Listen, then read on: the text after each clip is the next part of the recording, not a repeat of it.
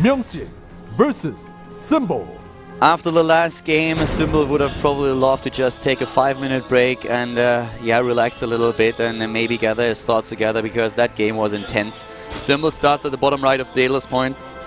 It is his map choice. He's going up in game number 3 against his Protoss opponent. To the top left, it is MyuNgSiK with a good game too. Was able, after a kind of failed proxy double gateway build, to come back and take the game, bring it into this third map.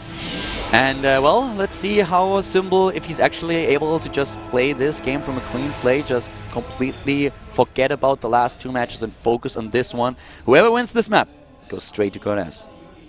Indeed. It's all down to one final map in this winner's match. We saw already Shine fall to, I believe it was SOS on this map, and he did a wall that was... So he started with the same type of wall MyuNgSiK has. He has a wall at the top of his ramp. And he slowly inched his way down and did a tight wall behind his minerals first, and then slowly, with a bunch of sentries walled basically all the way across, using the Nexus as a connector. And we saw the same build from Shine as we see from Symbol, these 2 former teammates. The gas before pool, because he wants early speed, because he knows he can, with that, try to bully the Nexus at the natural. And this is something that MyuNgSiK's going to scout. They're going to go, okay, well, I'm going to 1-base sentry for a while, and then slowly, carefully move down and take that Nexus. And 17 to 15 probes right now, of course. A little bit late of a hatchery means that the probe count's always going to be a little bit higher here with Chrono Boost. And Symbol, with this, gets a fast tech, but a very weakened economy, is basically what I'm trying to say. The numbers are obvious, but just looking at those right now, I saw them on the unit tab because we don't have production tab, and I'm super excited for this game just because the games that we saw so far on this map, every single PvZ, we had 2 PvZs where players tried to proxy and try to go for that contain. We saw Rune do that, and we saw Trust do that earlier. The other game that we saw, Shine and SOS, they kind of played a kind of straight-up game like this too, but the skill difference between Shine and SOS is just a big point there. With Symbol versus MyuNgSiK, I would still in general give Symbol a favor over his opponent just because he has more experience and has been around for ages, constant player in Code S for a long time. But this is now one of the first Daedalus Point games where I'm really excited to see how exactly MyuNgSiK is going to react to what Symbol is doing. I mean, you talked about it already. You really try to delay the expansion of the Protoss player for as long as possible, thanks to the lack of a wall position there. And I want to see how the Protoss is reacting to it, because he is not choosing to try and contain with just the structure that we saw from Ruin and from Trust. yeah, I think SOS, the way he played it is exactly how we're going to see MyuNgSiK play it. Adds 2 gateways now. It's going to go into sentries. As you can see, the first sentry is already on the way. It's going to go up to like 3 to 5, depending on how safe he wants to be. Then go for that extended tight wall. And Symbol has the ability to pressure, right? He has already speed done. But he doesn't commit to a bunch of Zerglings. He's going to come over here and I guess pick away at the probes. And he's already done... I mean, the fact of the matter is it's this map, so we have to see a build like this from MyuNgSiK unless he goes for that proxy play. So he's already very happy that he's like, okay, you have a late expansion, and if you try to be greedy with my speed, I would punish you for it, but since you didn't play greedy, I'm already in a good place because I already have my hatchery up, and your Protoss player is stuck on 1 base with a bunch of gateways, and you're not going to hit me with the timing. Yeah, he moves in and he sees what's going on. Yeah, but he did not scout that Stargate yet, but he's probably going to get a glimpse with the Overlord. Yeah, there it is. Do you think he's going to use an Oracle to try to hit a timing attack just with these 3 gateways? Kind of similar to what we saw him do there. Now, he starts the Nexus now. He is scouted, so that might have changed the way he was looking at this, but I'm curious to see how he plays this one out. I mean, so far, you know, he's going 3 gateway into expand. That's very much what we saw back in the days. We talked about this yesterday already a little bit. The 3 gateway expand was kind of the go-to build that you had before the Forge expand was becoming really popular. And with the Forge expand, you of course need the wall. So the Stargate is something I'm not really surprised to see, because it's MyuNgSiK's go-to structure, go-to tech. He really loves his Phoenixes. He loves to play with the Oracles here. And the Phoenix is also the first thing that he's building. It was just supply block, that still is. That's why he can't get that into the game, so a bit of an oversight for him. Must be really annoying because it delays the Phoenix really by quite a lot. Yeah, that's actually really huge, how much that was delayed. The Nexus will finish here. I think he just realized that he was supply blocked when the Phoenix was started, and then he started to build the pylon. So he just forgot to build 1 pylon. It's one of those builds where, because you only do this on this map and it's so rare that you have to play on this map, generally speaking, except when you're playing in Code A and it's loser pick and you're playing against Zerg, because then you play like every time.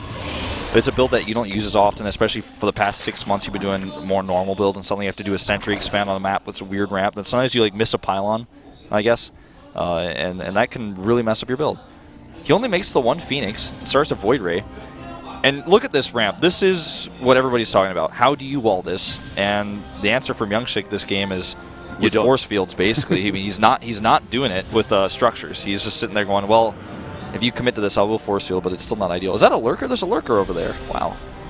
This map, just every time I see a new Zerg unit under torture. Exactly. This is the Zerg torture map. It's actually funny that Zerg really likes this map to play it. That's just so ironic that that's how it is. Because looking at the map, you would think that this is the one map that Zerg is going to avoid, given that all the tortured Zerg units there are in agony. The map maker just want to make it fair. Like, well, wide ramp, but we put Zerg torture all over the map. So that they feel really uneasy. Yeah, that Overlord took quite the dive. Yeah. I guess he got to enjoy his last moments. Well, we have 3 bases now for Symbol. We have him with the lair tech completed. We see the tech coming in from MyuNgSiK. So right now, the Harvester count is in favor of the Zerg player. He is also getting a pretty decent tech out. And we do not really see all that aggression from MyuNgSiK that we saw in our first games with those air units that he's committed to. But we have the Blink upgrade now about to be completed, and 3 additional gateways to make sure that that wall here is really going to be tight. So how is he going to play with this right now? The Blink upgrade will give him a little bit of freedom to harass and do some damage.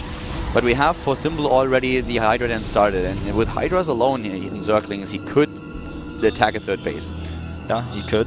And there's the 3rd. MyuNgSiK is building it. 3rd base is relatively far away, but at the same time, it's kind of got a wide area around it. It's kind of hard to force field units off because the Zerg is just going to flood in there. There's not a whole lot of...